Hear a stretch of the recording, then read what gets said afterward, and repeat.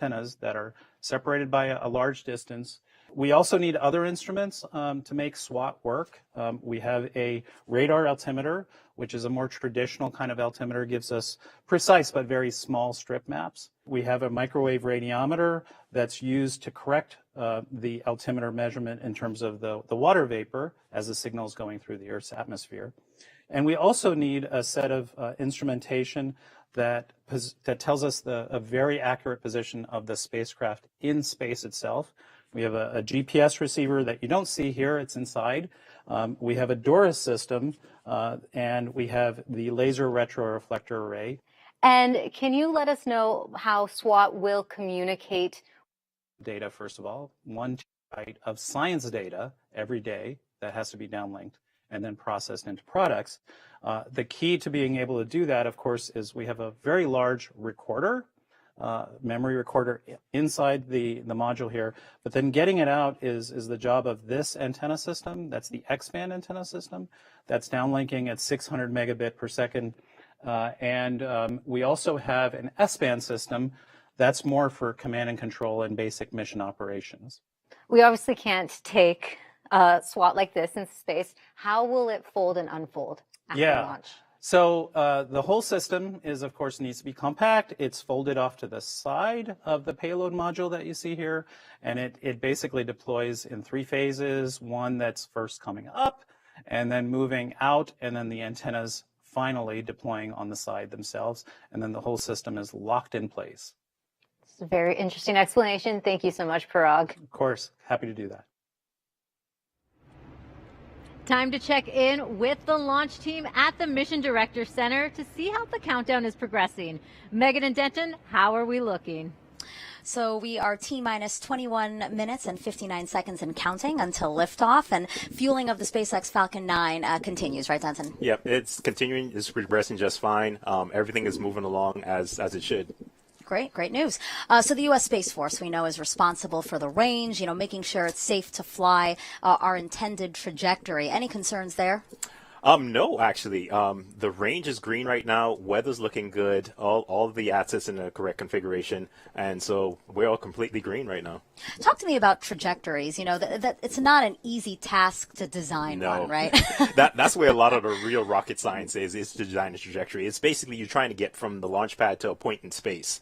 And along the way, there is some things you may encounter, the other orbiting satellites, some debris up there. So you have to make sure you avoid it. And the work that goes into it is very interesting because the team has a very detailed analytical model of how the launch vehicle will perform, and they marry that with everything that's orbiting the Earth and trying to understand which paths we can take, when we can launch, times, etc. I mean, there's a lot of work that goes into it, and that's where a lot of the real rocket science is done. Yeah, and we're talking about years of work, right? Yes. In some cases, it's over a period of years where you kind of developing your trajectory for the spacecraft, and then also developing the trajectory for the launch vehicle. So it's a lot of work that goes into it. Yeah, today's launch will be a huge moment for a lot of people who have worked their trajectory, who have worked on this spacecraft, who've worked on the vehicle. Yeah. It's many years of hard work. Yes, it's been 20 years since some of the folks who work on the spacecraft has been working this mission. So I mean, it's going to be an exciting time for everybody. And now here they can see again their spacecraft sitting in the payload fairing at the top of the Falcon 9 on the launch pad here at Vandenberg.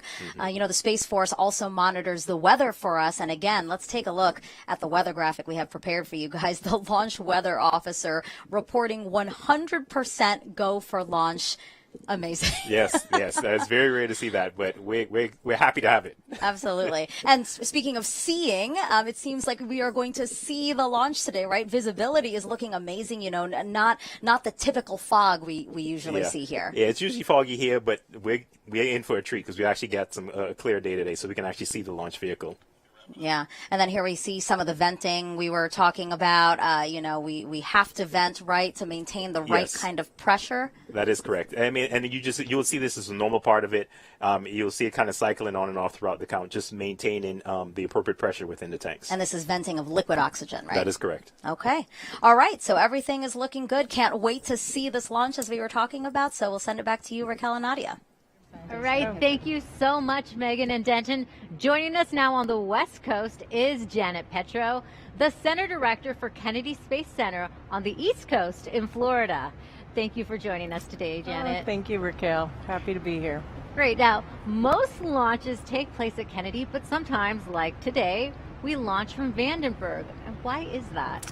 Yeah, so the Launch Services Program has multiple locations where they launch from. And so, as you mentioned, we're here today on the California coast, and we have several locations in Florida, but also as far away as Alaska and New Zealand. I mean, it generally depends on the science mission itself, right? The science mission and ultimately the orbit that it needs to be in to conduct its science. So, in general, we launch from the East Coast when we need an equatorial mission. And then in the case of today, where we're looking more at the polar missions, we generally launch out of the West Coast here at Vandenberg. And tell us more about the Kennedy Space Center involvement in launches here at Vandenberg. So the Kennedy Space Center, we are very, very proud to host the Launch Services Program, and we've been doing so since 1998. And that program, I'm very proud of that program. I tend to think of them as the world-renowned experts in launch vehicles, and they really, really do understand all of the launch vehicles and provide a great service to our agency. They really do the end-to-end services on launching a mission. You know, they'll work with the spacecraft providers, they'll work on the design, they provide data, telemetry, and then, like, you know, today we're providing the launch services, the mission assurance for each of the missions. And like I said, they've been doing it since 1998. They do a really, really great job wherever, whatever location the mission is going out of. So very, very proud of that program, and we host them out of the Kennedy Space Center. That's an excellent program, Janet. And what Earth-related missions are coming up for you in the near future? Oh, goodness, I am so focused on this year. You know, we just had the JPSS-2 in Lofted, and now what we're doing today with SWOT. I'm trying to think next year. We have a little bit of a break until April coming up. We did earlier this year launch the GOES mission. Right, ISS launches. Yeah, I can't, and you know, of course, the other missions outside of the Launch Services Program. Of course, we do the crew to the International Space Station. We do the cargo to the International Space Station, and you know, we just came from our big mission was Artemis, and very, very proud to get that launched out of our pad. And you know, we just recovered the vehicle down in San Diego, and that was an incredible experience. The Exploration Ground Systems program down at Kennedy, they're the ones responsible for the front end, the launch piece of that program, and then the recovery operation here on the West Coast, and they did a really outstanding job. We had a tremendously busy year at the Kennedy Space Center, and I like to say it's our diamond anniversary, our 60th anniversary. So it was a great way to really cap off the year with Artemis, and now ending with the SWOT program here tonight. We had a record number of launches. We're at like something like 53 launches that we supported from the East Coast, and Wow. Our center supports whether it launches on our property, Kennedy Space Center property, or on the Space Force property, Cape Canaveral. We provide all kinds of services, whether it's our propellant services or standing up our EOC. And so if you think about that, 53 launches, that's about That's a fantastic one record-breaking a week. year. One Yeah, a week. Thank you, Janet, so much for Thank that you happy all. anniversary. Now, there is a growing community of scientists eager to use SWOT data. Let's go to Jasmine live at the Hawk's Nest to meet one of them. Yes, Raquel, that is right. I'm here with somebody who is also eager to get his hands on that SWOT data. Toby Minear with the Series Group from CU Boulder in Colorado. Welcome, Toby. Thank you. Glad to be here. We are so glad to have you here. You are a research hydrologist with that group. So can you tell me what are some of the applications of SWOT? Well, SWOT is amazing because it has this really unique capability of measuring water levels over a big area. And so for people that are water managers in particular, there's a lot of excitement there because we really don't have this kind of capability at present. We have to do these things from the field, individual point measurements and things like that that are very hard to make in the field And so we have a lot of interest from people that are like municipal water agencies, state agencies for dam safety, federal agencies, all really interested in getting their hands on some water level data in particular and storage change. So be very exciting to see it. It is very exciting, and really what I hear you saying is that SWOT is changing the game. So what are some of those specific applications, maybe agriculture or, flood zones? How is it changing our lives in our own backyard? Yeah, well, so a few things that will change are, so for example, flood risk. We really don't have a good sense of where flooding occurs and when and why, so how much water requires flooding to occur. So for example, a good place for that is on the coast.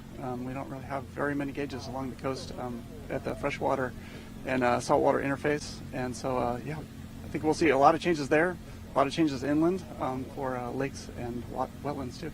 Wow, it's really exciting. And I understand, Toby, you're also in this group called the Early Adopters. What is that and who's in that? Yeah, so the Early Adopters group is about 25 different organizations. They come from all over the world. And these are people that are interested in SWOT data. They've heard sort of through the grapevine that there's some data coming out for water level data. And these are agencies that are non-governmental organizations. They're governmental organizations ranging from city level water agencies up to federal agencies. So a lot of excitement there from the water community. Right, very exciting. Toby, thank you so much for joining us. Thanks. Raquel, back to you. Thank you so much. This will be the last launch for NASA's Associate Administrator for the Science Mission Directorate, Thomas Zurbuchen. During Thomas's 6 years in the role, he has overseen nearly 100 science missions, including SWOT, DART, the Double Asteroid Redirection Test, the Mars 2020 mission, and the James Webb Telescope. He also co-authored and authored more than 200 articles and received many agency awards. Congratulations, Thomas. Congratulations, Thomas. Yes, Thomas will be missed. He is known for his energy, dedication, and scientific curiosity. When I was doing my first lunch with him, Sentinel-6, Mike Friley, he was very supportive. So yeah, Thomas will be missed. But congratulations, enjoy, well deserved. Absolutely, enjoy that. The president of France's space agency, CNES, Philippe Baptiste, sent us this message about today's launch. The result of NASA and CNES historic partnership in oceanography that all started more than 30 years ago with Topex Poseidon is really essential. And I am very proud to send you this message and to be with you, at least in spirit, for this launch. I want to say once again a few words how proud CNES and its team are to be involved in this ambitious international adventure alongside NASA. SWOT is the first space mission to survey the planet's freshwater resources on a global scale.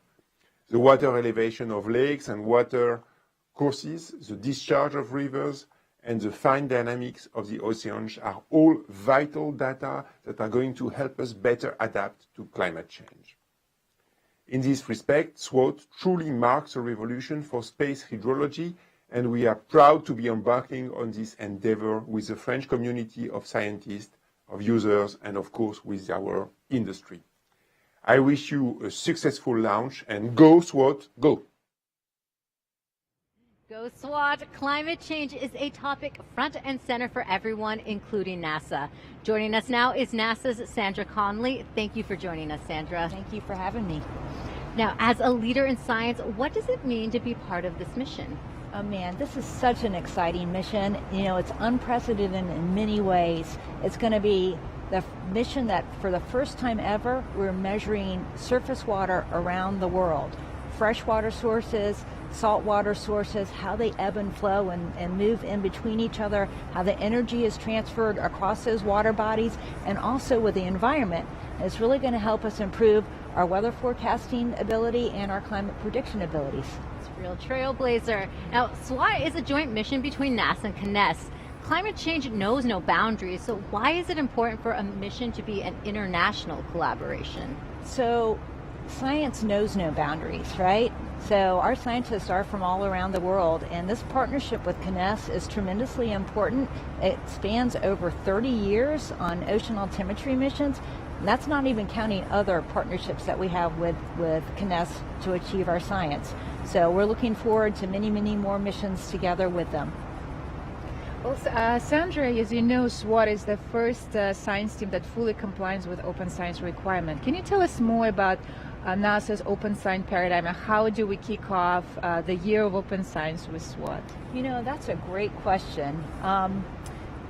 So our space satellites give us a really unique vantage point to observe the Earth, right? So we're able to look at it as a global system, right? And the data that we've collected through our satellites over the 50 years allow us to really look at the ground, the atmosphere, and the oceans.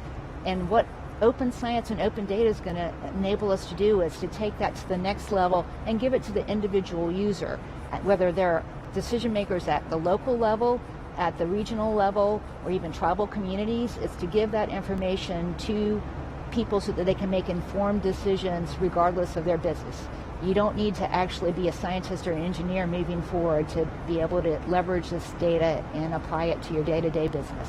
Looking forward to the data. Thank you so much, Sandra. Thank you. Now, let's head over to our commentators. We are T-minus 7 minutes our launch of the Falcon 9 rocket from Vandenberg Space Force Base. Megan and Denton will navigate us through that terminal count. Yeah, just under 8 minutes to liftoff, and we are looking fantastic for launch. Weather is a go. No collision concerns on the range for our instantaneous opportunity to launch at 3:46 and 47 seconds Pacific time. We see a live shot of the Falcon 9 sitting on Launch Pad 4 East here at Vandenberg Space Force Base. This reusable two-stage rocket standing about 230 feet tall. The first stage is the bottom two-thirds of what you see there. That's called the booster. And then at the right over that, you see this black piece there. That's the interstage adapter, which connects the first and second stage. And then at the very top, the payload fairing. And you see SWOT painted on there. SWOT is tucked safely inside of it, folded up to about the size of a mid-size car. Engine chill. And we just heard the call out for a stage 1 engine shield, and basically what that is just the getting the engine ready for the flow of the colder temperatures. So it's kind of like if you imagine if you were to jump in a really cold pool and you know your muscles tense up and everything else, and we don't necessarily want that with the engine. So we slowly start to bleed in those liquid oxygen to kind of bring it down to the temperature that it'll be seeing during flight. So that's really what that is. It's really preserving the stress on the engines, and it's getting ready for flight.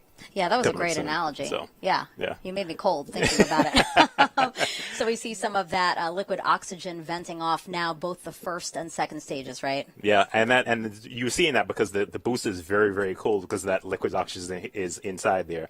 And soon you'll hear the call out for stage 1 RPO leaks. They're wrapping up fueling of the stage. Of the stage 1 right now, and so we should hear that call out here in a few seconds. Stage 1 LOX load is complete. And so SpaceX is also loading helium Stage 1 gas fuel load, correction. into both stages, and we'll continue to top off until about a minute and a half before launch. Falcon 9 uses helium as a pressurant, meaning it uses helium to maintain pressure in the tanks as liquid oxygen and RP1 are consumed by the engines during ascent. The first stage has 9 Merlin engines, hence the name Falcon 9. The second stage has a single Merlin vacuum or MVAC engine, so you'll often hear references to MVAC throughout the count. Yeah. Next call out will come in just a couple of seconds. You'll hear that the spacecraft is on internal power and configured for a launch. That just means that the spacecraft is now running on batteries versus getting power from the strong back you see there. Tanks are pressing for strong back retract. And the strong back is getting ready to retract. The strong back is that mechanical structure you see just to the right of the vehicle, and they're just pressing up the tanks and getting ready for that. You'll see it tilt back slightly initially, and then when we get closer to launch, you will see it tilt about 45 degrees back, get out of the way so the Falcon 9 can clear the pad with no issues. And that tilt starts when you see that cradle. It's kind of like a hug around. Yeah. Just at the base of the payload fairing veil, you'll see those arms start to open, and that will allow for the strong back to start tilting backwards. Yes, that is correct. And you can see from the video, you can see that cradle's opening up, and then you'll see a few seconds after that's completed, the strong back will tilt back slightly. And now we're going to pause for an upcoming poll here. NLM on countdown 1.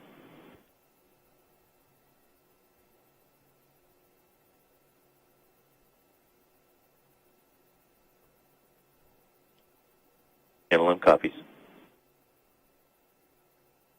NLM is the launch manager for this mission, NASA's launch manager for this mission.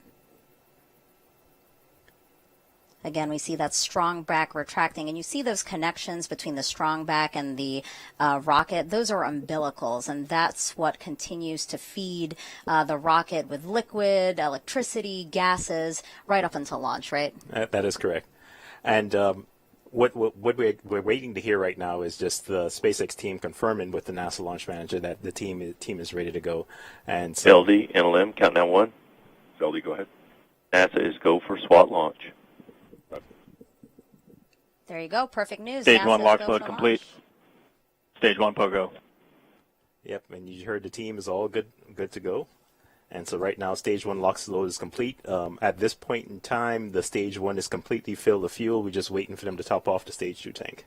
And today we're going to be treated to some sonic booms since the booster will land right back here at Vandenberg Space Force Base, just about 1,000 feet from where it's going to launch. Yes, which is always exciting to see.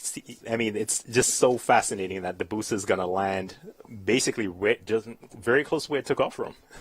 Yeah, that's going to be great. And as you said, again, because visibility is so great, we won't just see the launch. We're also going to see that booster coming back to land. Yeah, and it's taking everything I have to stay inside and not go outside and see this with my own two eyes. No, you have to sit in here with me. And in these last few minutes, Falcon 9 is performing final health checks on its primary communications, avionics, and propulsion systems in preparation for flight. This is The Rock. Range is green. And we just heard that call out that the range is good. And we should surely we should be hearing the call out for that Stage 2 LOX load is complete. And at that point, all of the propellants will be loaded onto the vehicle. Stage 2 LOX load complete. You just heard that call out, so all the propellants are done loading. And at this point in time, we're just gearing up for Falcon 9 to go into startup, which is basically the computer taking over and going through its last set of configurations and checks to make sure that we're good for launch leading into T0. And remember how Denton was telling us earlier, we see the amount of liquid oxygen coming off of the rocket fluctuating throughout the count. Here, that's what we're seeing again to maintain that pressure, the correct pressure in both stages. Yep, and what you're seeing right now is them venting the LOX that was in the umbilical tower 9. So it's venting that out and getting it all ready to go for launch. Falcon 9 is in startup. And we just heard that call out. Falcon 9 is in startup, which means the flight computer is taking over and is just preparing for its initial launch sequence. And now both stages are pressurizing for launch. Next call out in just a couple of seconds. Launch director, go for launch. SpaceX launch director confirming go for launch. Range remains go, weather is go.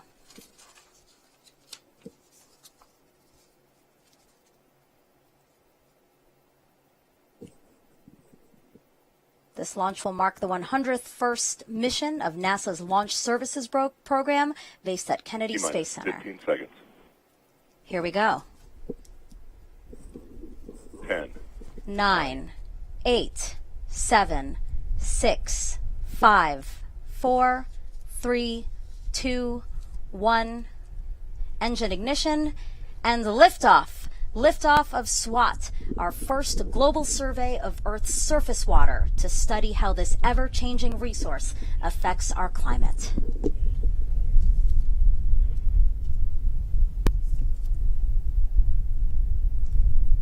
And there we get a nice view from the ground camera, and also we switch to the onboard camera.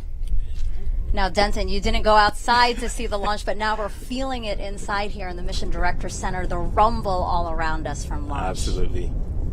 And now you're getting a good look at the onboard camera looking down towards the aft end of the rockets. You can see the Merlin engines coming to life there. And this room coming to life, really. Yeah. Lots of rumble going on in here. And we're soon going to hear that the rocket is supersonic, meaning it's going faster than the speed of sound, followed by Falcon 9 reaching what's called max Q, the moment of peak mechanic stress on the rocket. Yeah. Look, we're getting nice views. Falcon 9 is supersonic. Just heard a call off for supersonic. Getting a good shot of looking at the onboard cameras Max there. Q. We just stepped through max Q. Next call-outs are going to come. Engine chill. And back engine chill, which means getting the second stage engine ready to start. And so which means we'll be coming up on stage separation shortly, followed by stage 2 ignition. We see this beautiful shot of all of the Merlin engines, all 9 of them lit up. That's what 1.7 million pounds of thrust look like. Lots of thrust.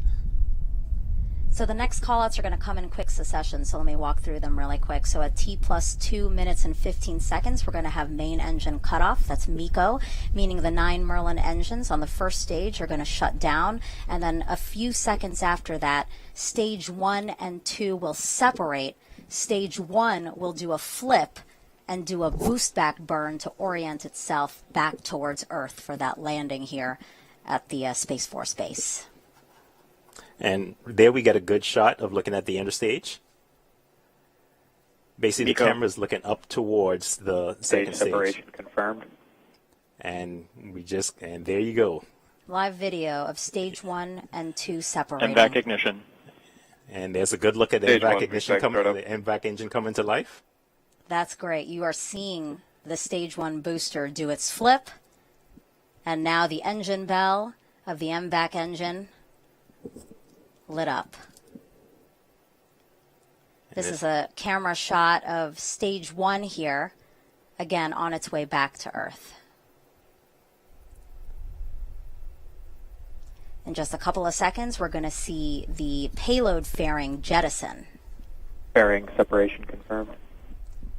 We just heard a call up for fairing separation, and there's a good onboard view of the SWOT spacecraft, and you can see the fairing is gone at this point in time.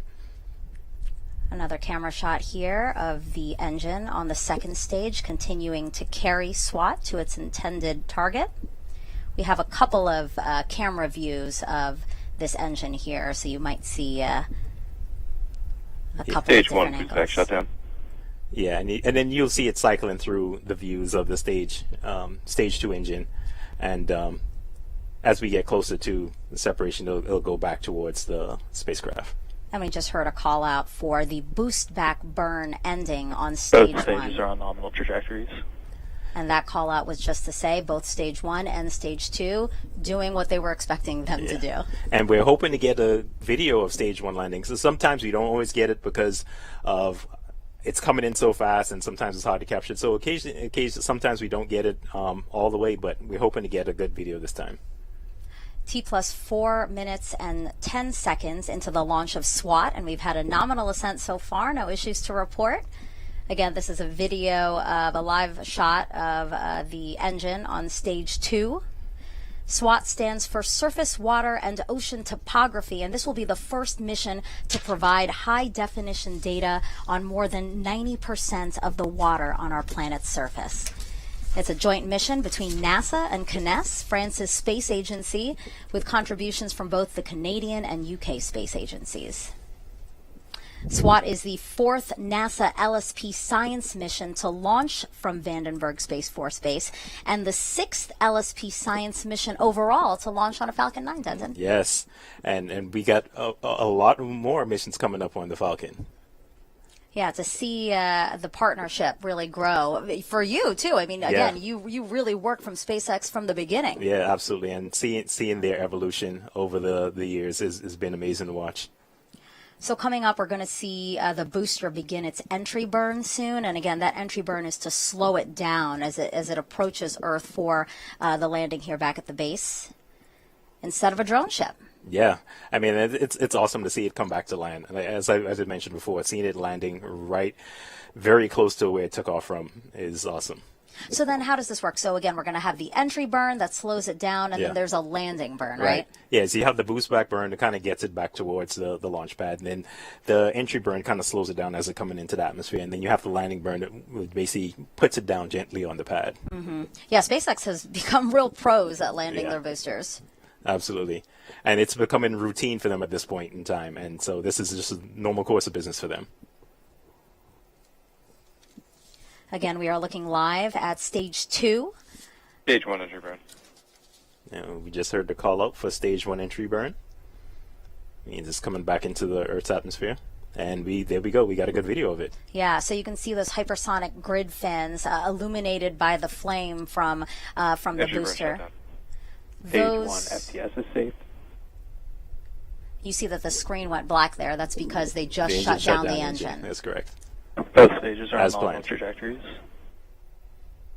But I was talking about those hypersonic grid fins that you see. Those help guide the Falcon 9 booster back down towards Earth. So now that we're done with the entry burn, the next burn is the landing burn. Mm-hmm. It's just one engine, right, just before it touches down. Correctly. Just gently set it down on the pad. The next milestone for the second stage is going to Stage be 1 is transonic. SECO 1. Yeah, and SECO 1 is the first shutdown of the second stage engine. And for this mission, we're going to have 2 burns. So you'll Stage see 1 landing burn. after stage 2 shuts down, it'll coast for a while. And then we got a good video of stage 1. It's about to land. How exciting. Coming in for its landing burn there. Again, the grid fins moving ever so slightly to make sure that it's coming down exactly how they want it to come down. Yep, and you could see the pad coming into view. There it is. Wow, those sonic And booms. then the sonic booms. Trademark sonic booms. Wow. And good touchdown of the stage 1 Touchdown. Perfect. Stage Oh, 1 landing is confirmed. so glad to see that live video. Again, sometimes Yes. we don't get it. That was amazing to see. Yes. And feel, really. Yes, see and feel, and we get to use this booster again. Yeah, yeah. Again, this is the 6th flight of this booster. That is right. Okay. So we are still awaiting, again, that shutdown Stage 2 FTS is safe. of the second second stage. Yes. And when it does shut down, it's going to be over the Pacific Ocean, just west of the southern tip of Baja California. Again, exactly where we want it to be, following that well thought out planned trajectory. Yep, and the team is reporting back. Everything's looking nominal. Stage 2, it's right where it's supposed to be, and looking good. MVAC shutdown. And we should see MVAC shutdown come up here shortly. And there we go. Yep, SECO 1 Nominal parking orbit. confirmed. That's the trajectory you're seeing. It's flying south from where it just launched, and it'll continue to fly south down towards Antarctica. And so again, everything going as expected so far. The second stage is now going to coast for about 30 minutes. You can see that it is shut down there from that view. And this is a view of the spacecraft. Again, because the payload fairing has been jettisoned, you see SWOT right there on your screen. Exposed now that we don't need the payload fairing to safely get it out of the atmosphere. Yeah, correct. And the whole purpose of the fairing is to protect it while the vehicle is flying through the atmosphere at supersonic speeds. And then once you get up out of the atmosphere, there's nothing to harm the spacecraft, so you can jettison that extra weight and give your vehicle a lot more performance once you get rid of that extra weight. Okay. The engine not glowing orange as it had before because, again, it is shut off, so it will coast for about 30 minutes with SWOT attached to it before some maneuvers are needed to keep it on the right trajectory, again, to get it in the orbit that we want it in. So Denton and I are going to be back then with you to walk you through those operations. But for now, we're going to send it back to Raquel and Nadia, who I'm sure are very excited to talk about how the experience launched today. Whew, that is right, Megan and Denton. Just 10 minutes ago, we watched a spectacular launch from Vandenberg here in California. Nadia, describe what was going through your mind at that time. What a spectacular, truly spectacular launch. It was a very bright splash and this kind of very loud one too. What an entrance. Welcome to the era of SWOT. Very excited. I had some cheering going on Oh, here yeah. at the desk. Yes, and the car went off, yes. Yeah, we had car alarms going off. It was really exciting here for our view. Now, soon the SWOT satellite on board will separate from the spacecraft. SWOT stands for Surface, Water, and Ocean Topography. The satellite will survey nearly all the water on Earth's surface in unprecedented detail. SWOT will provide insights into how the ocean influences climate change, how a warming world affects lakes and rivers, and how communities can better prepare for disasters like floods. And we are covering every angle of the SWOT mission, from the new data the satellite will provide to how it is paving the way for future NASA Earth missions. Now, SWOT is a culmination of work by a global team of engineers, scientists, and technicians committed to improving our understanding of Earth. Let's get to know some of the people behind the mission. Planning for future generations requires us understanding how much water we have. And we need to understand the water cycle in a lot of detail, and SWOT will provide that for us. My name is Tahani Amr. I'm Cedric David. Mark Simard. Christine Jabara, and I'm an integration test engineer at JPL. I study the world's rivers. I'm one of the principal investigators for SWOT. SWOT is an Earth orbiting satellite. It stands for Surface, Water, Ocean Topography. SWOT will for the first time make measurement of water surface elevation, not only on the ocean, but also on the lakes and rivers of the entire globe. This in itself will be a scientific revolution. Collaborations and relationship build bridges, and SWOT will be that bridge across the world. SWOT is being designed jointly by NASA and the French Space Agency, with help from Canada and the UK. I was born in France, so SWOT is a match made in heaven for me. Coming to work every day, it's always really nice to know that the system that we're building will collect science data that will help people. I think finally I found a meaning to all of my research. I believe SWOT will create a lot of peace because we all need water. Now more than ever, it's important to recognize that water connects us all, and it might be the one thing that unites us all. You can really see how hard your team has worked there. Yeah, we have a great team. You know, we gel really well together. With scientists, we dream, and engineers make our science fiction dreams come true. And then collectively, we make this NASA magic that enables discoveries and for the good of humanity and science. It's magic indeed. We want to show you how some of SWOT's technology works, but to do that, Nadia and I had to go tap into our athletic skills for this one. Take a look. All right, Nadia, in order to learn more about SWOT, we have to play a little basketball. That's right, Raquel. We're trying to explain how the heart of the SWOT mission works, which is a new instrument, a radar interferometer, which we lovingly call Karen. So Karen has two antennas separated by a 10-meter boom. One of the antenna transmits a signal that bounces back from the Earth's surface and received by two antennas with a little bit delay and out of sync. Now, Karen uses this information to compute the distance between the satellite and the Earth's surface, and they calculate the water height. So let's see how we explain it with the basketball. Okay. If you don't mind standing there, feet away from me. All right, is right here pretty good? This is perfect. Okay. And we will bounce the ball just like a SWOT satellite bounces a radar pulse between two antennas. Okay. Yep. So what are we seeing here right now? We're seeing how the ball, which is our radar beam, bounces over the Earth's surface, and by knowing the range, the distance, and we compute the height of the water surface. So the ocean isn't a flat surface, there's waves. Like, how do you calculate that? That's right. Let's bring a box. Okay. So did you notice when the water is a little bit higher that the ball returns to the antenna, to us, a little bit faster? That's how we know that we're retrieving topography, just like in the name of the mission. A satellite is doing thousands of bounces per second to capture the data on both sides